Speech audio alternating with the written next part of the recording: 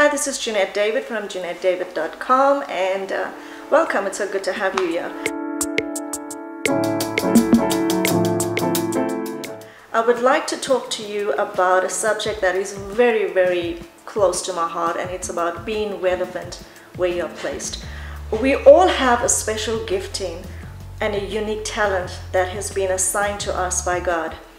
And each and every talent sets us apart from the rest because of the uniqueness pertaining to us. And you may have a whole lot of talents in your life, and you may be thinking, what do I do with this? Or how do I use this? Or probably you haven't even figured out what it is that you have that is of a talent or a gifting.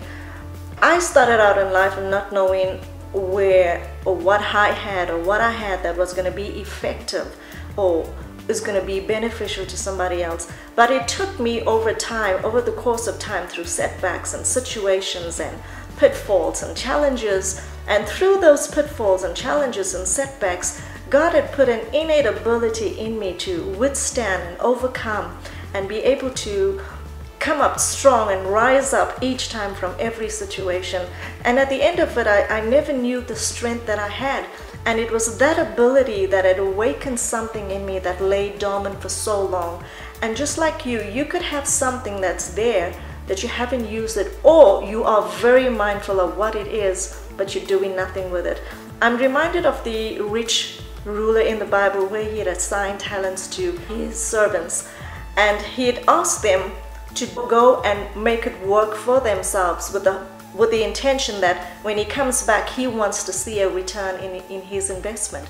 And just like that with God, when he had assigned these talents to us, he expects us to use it, to work it, but also be mindful, like the Bible talks about in 1 Peter 4:10, that these gifts and these talents are not to serve us, but in actual fact, serve those around us. The highest form of calling is to be a servant.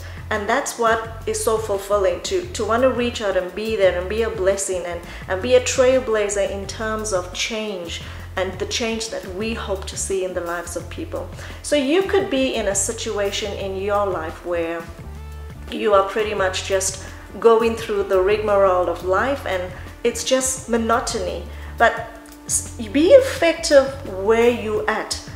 Use your power, use your influence, use your giftings and your talents to work for you, and you'll be amazed at how suddenly there'll be such a turnaround in the situations that you're giving all you have back to God so that he could use it for his good. I am reminded of Moses in the Bible where he looked at his talent and he never knew that he had it.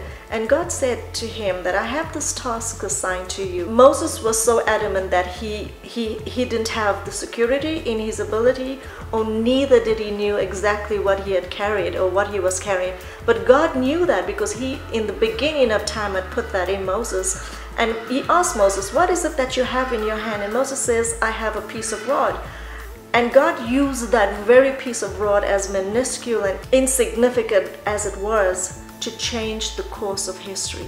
So you could be in a place where you probably are a cook, or you're a cleaner, you're a fashion blogger, you're a CEO of a company, you're a coach in the football team. Wherever you're placed, you can be relevant.